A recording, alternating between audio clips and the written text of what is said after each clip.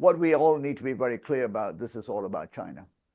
This is not about 60 countries, etc., but it's essentially about China and the US wanting to stop China's rise.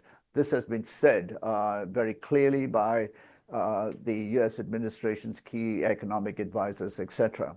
Last night, the US eventually blinked and decided that it would have a 90-day pause, except for China. So be clear, this is about reining in China's rise. And the real reason for this is the US is extremely aware that if it does not contain China for whatever ideological reasons, but primarily that it wants to be the hegemon, it wants to be the number one, it doesn't want to share power with anyone, and China is the only one it'll have to share power with in a new multipolar world. It has 5 to 10 years, according to experts. And this is the last-ditch attempt to essentially rein in China. But the approach is what is essentially causing confusion, even amongst Americans who are, agree we need to contain China. And the approach essentially seems to be muddled up between it needs to raise funds through tariffs to address the deficit. It wants to rectify trade imbalances, which is fair enough. And it wants to bring jobs back to the US. But you can't have all of them at the same time because they don't all work in tandem. One or two will work and then essentially affect the other in an adverse way. The problem is that it is not, as Americans, as the key administration advisors are yelling out to the world, that foreigners are ripping off China, ripping off the United States. The problem is that the Americans essentially are living beyond their means, have been doing so for a long time. And they are unable to essentially deal with their deficit. And they think the problem is about China. Clearly, there are trade imbalances which ought to be sorted out, and we have mechanisms for that. But you cannot have all three on the table and then say, but China is the root cause of all of these problems, or the world at large. So the markets are all confused. They don't know what to do. And they are calling for some sort of appeasement, which yesterday the American government reacted to, and markets went up again. The problem also is that the US doesn't make enough stuff that the rest of the world actually wants to buy. And that is the problem. And it needs to address that, which means it needs to invest again. And this is not an overnight solution. So the common interpretation is something that most commentators are talking about, a return back to the status quo.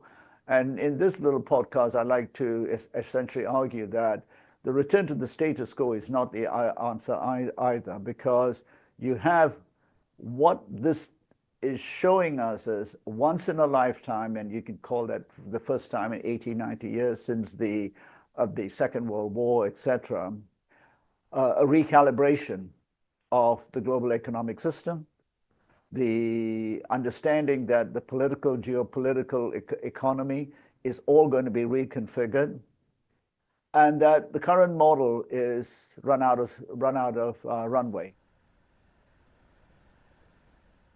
Tariffs exist so that trade is not a zero-sum game, so that you do not have a situation in which the rich, the more powerful nations essentially dominate, flood markets with whatever they want, and the poor do not have an ability to essentially, poorer countries and economies, do not have the opportunity to build their economies, different sectors, and improve the livelihoods of their people.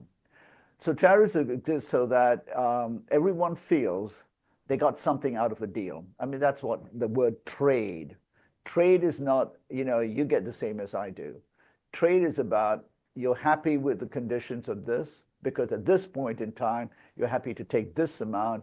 And even if you think I'm taking a disproportionate amount, but you understand that I have a bit more in terms of an advantage here, but you're happy to do that deal. And you can see that in the markets you go to. Any day, if you go to a market, at 10 a.m., the price of fish may be so much. But at the close of day, about 6 p.m., the fishmonger is going to sell it to you at a discount because he doesn't want to take it home. The fish is less fresh, and says, hey, I'll sell it to you for a little cheaper. So that's what a trade is. And so everyone feels, well, I got something out of this. I'm not a loser. So trade has never been about equals making a transaction. There's a give and take, and depends on the position of power that different economies have. When we talk about it from a point of view of the global economy. So the global tariff system was designed to ensure that there was a fundamental understanding that if we are to progress as humanity and have a shared humanity, a shared future, etc., there needs to be a global compact. That global compact is, let's have a tariff system within which there are certain rules. It's far from perfect, but it allows us all to deal with each other, the powerful, the less powerful. And by that, I mean just not nations, but even sectors within sectors to do that and trade. But it's also to protect, the sovereign rights of nations and to allow nascent industries in certain countries to grow so that they have a chance to compete with more powerful nations. And therefore, all boats rise, the world's a better place, and poorer nations where people are coming from a lower economic standing have a chance to essentially enter and be upwardly mobile. So the strong assume to have the ability to access markets everywhere, and in return for that, they make some concessions to those who don't have that. And that's what the global trade system was about. And the WTO was meant, given its imperfections, taking its imperfections into consideration, to help arbitrate all of this. And there are many mechanisms for doing that. So that's what the tariff system was about.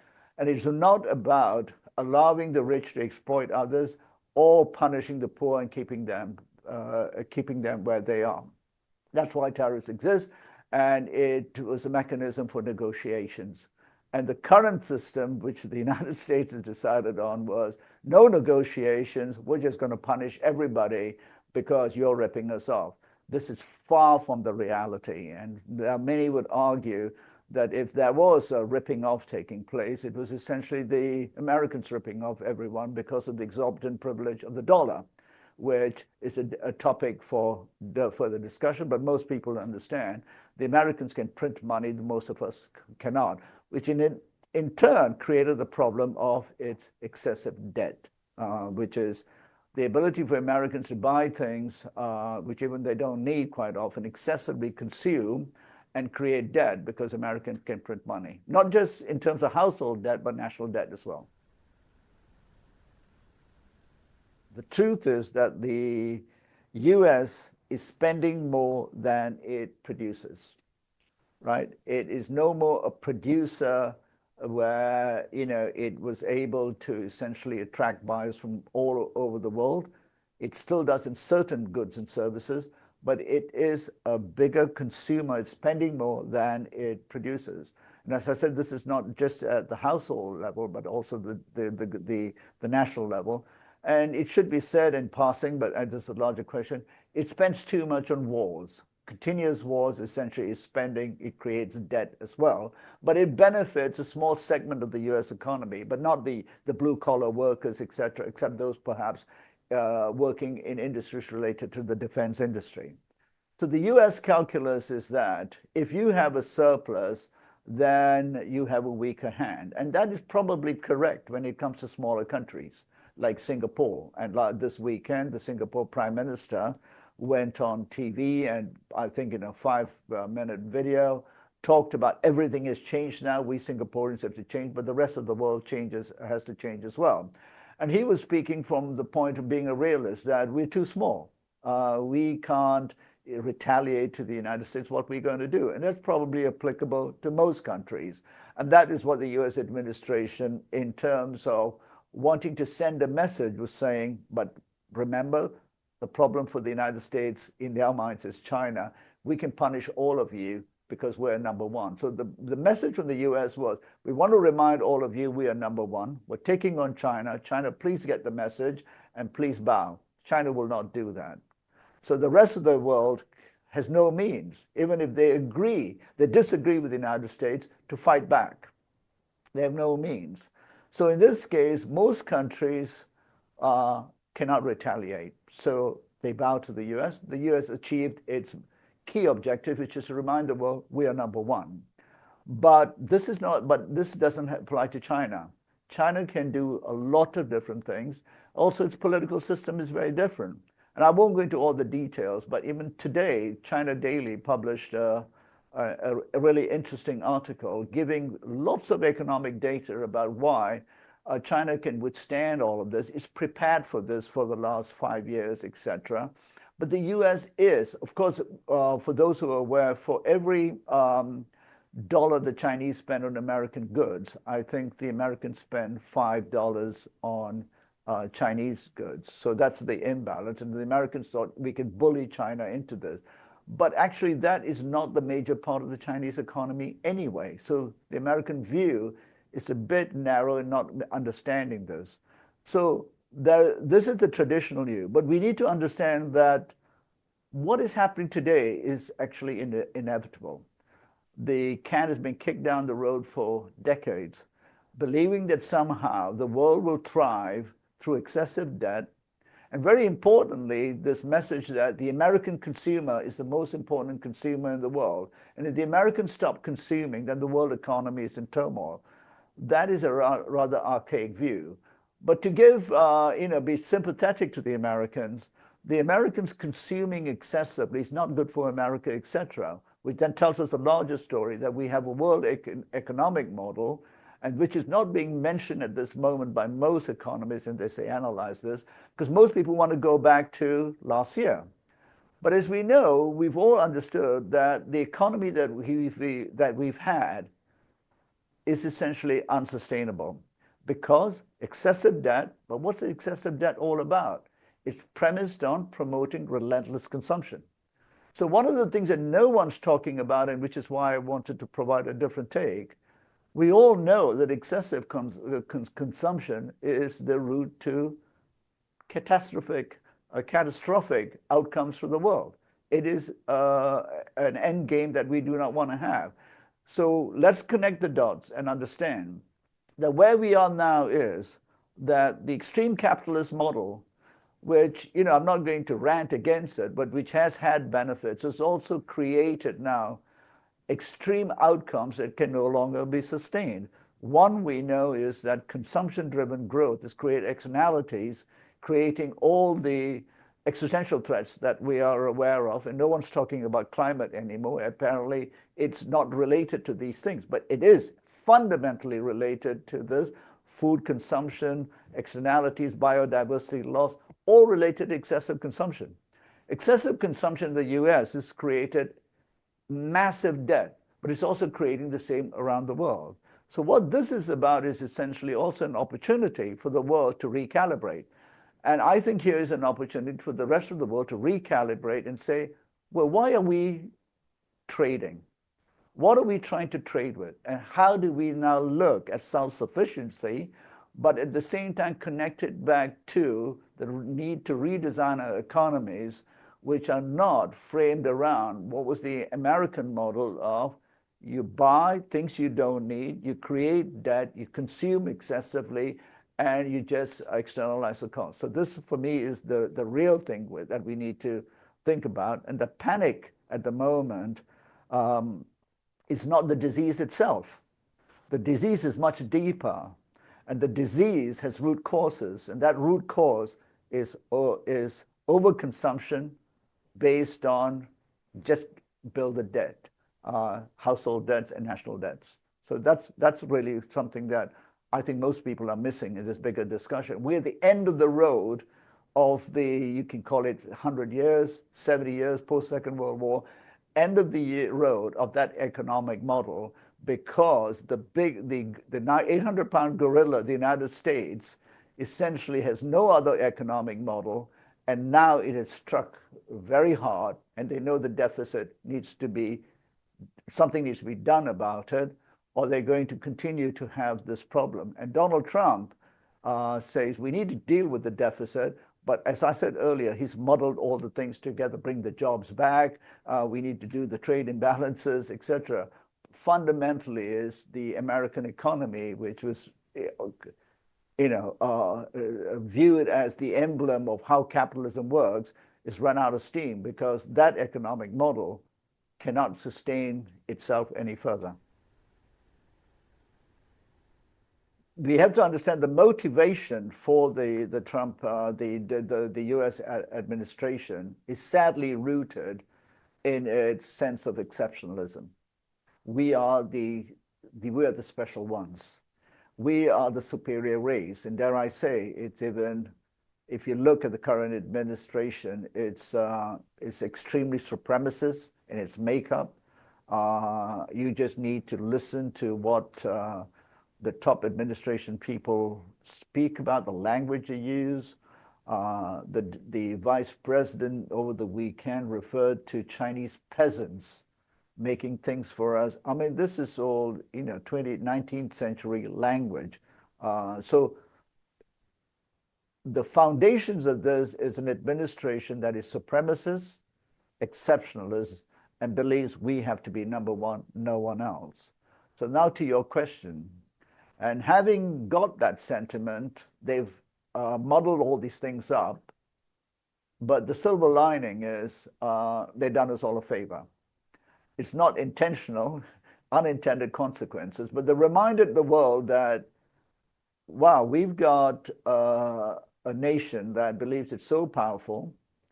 We had a global grand bargain with the US dollar that says, you guys have the reserve currency, you behave well, and then this is how it will work. There are these rules. We've got the WTO, you're a member. But over the last few years, and it's been part of American policy that if we don't like it, we just get rid of it. But it's now so blatant to say we will do it the way we want.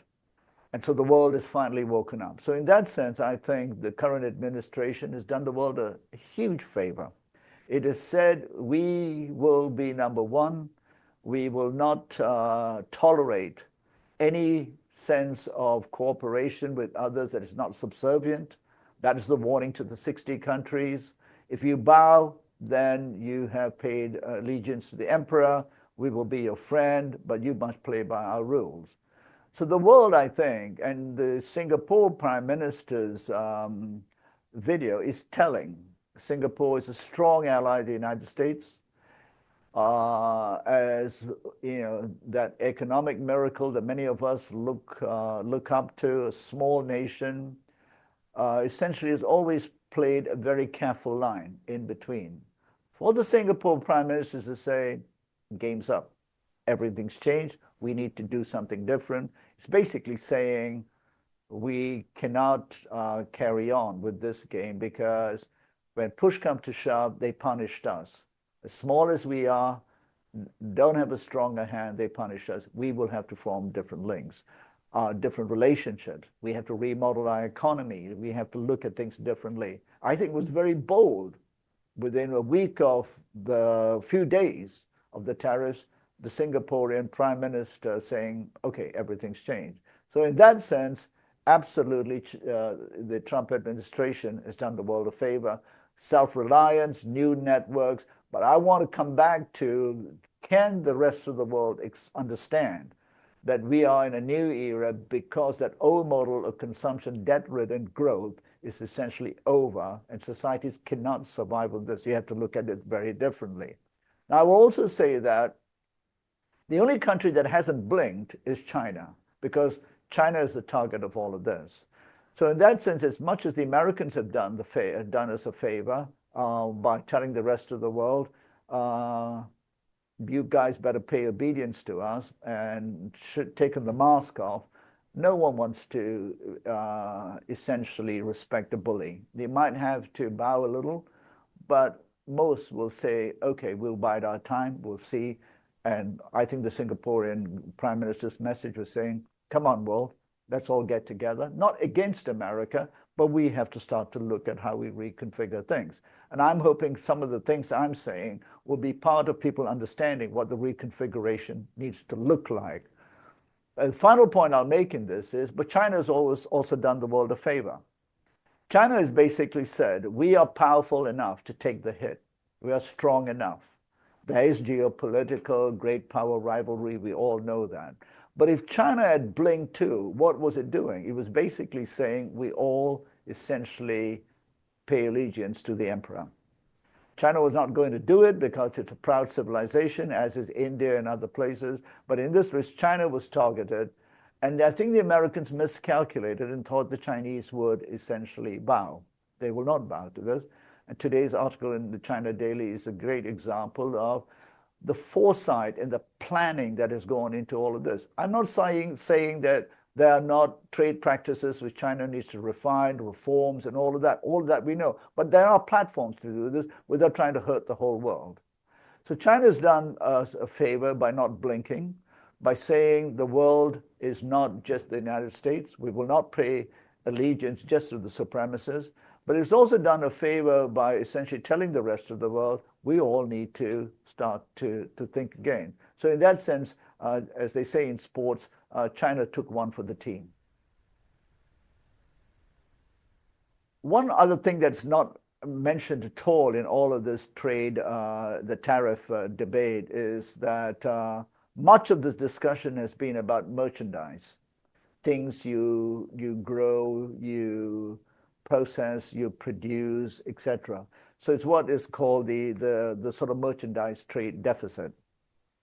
What is not mentioned in all of this, and particularly by the US administration, is the US surplus on its services to the rest of the world. It is massive as well, right? And countries are not talking about, therefore, well, if you are going to impose these tariffs on us, then we can also start to impose tariffs or other taxes or restrictions, trade barriers, etc., on US services.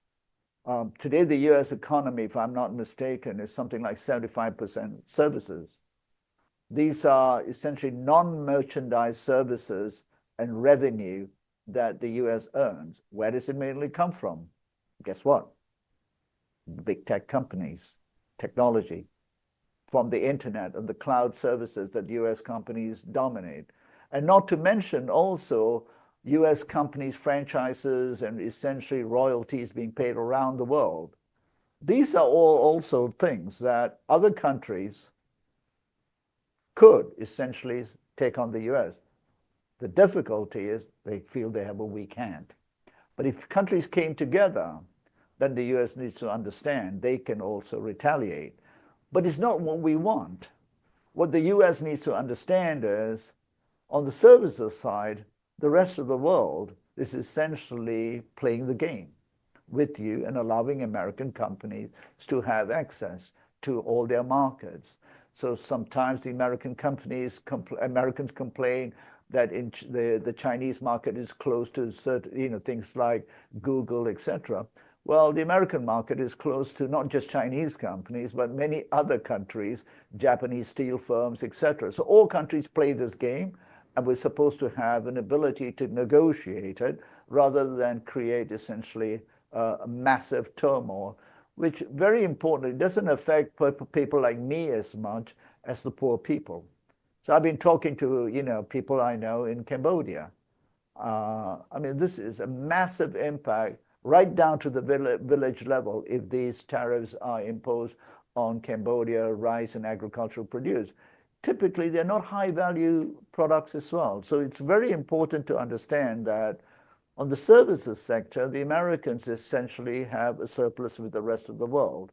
And if the world wants to get nasty, which I hope it doesn't, it can also play the same game. So final point I will make here is this revenue flows that the US could actually have would require the American government to essentially stop its largest companies from dodging paying their taxes, etc. The numbers, if you want, even the Wall Street Journal recently cited how little taxes some of the big pharma companies pay within the US, the use of low tax regimes, transfer pricing, and guess who facilitates all of this?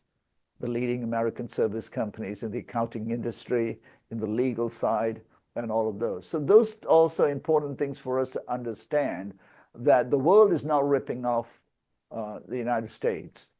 And I don't want to say that actually the US is ripping off the world, but the US does have privileges that it takes for granted because it believes it is entitled. And that is the crux of the problem. Thank you.